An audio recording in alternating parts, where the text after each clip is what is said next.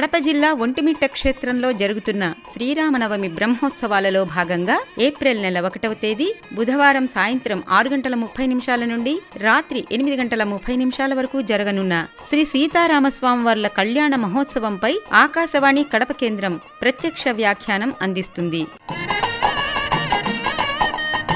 వ్యాఖ్యాతలు శ్రీ లోకా జగన్నాథ శాస్త్రి, డాక్టర్ ఐఎల్ఎన్ చంద్రశేఖరరావు, శ్రీమతి జయంతి సావిత్రి గార్లు.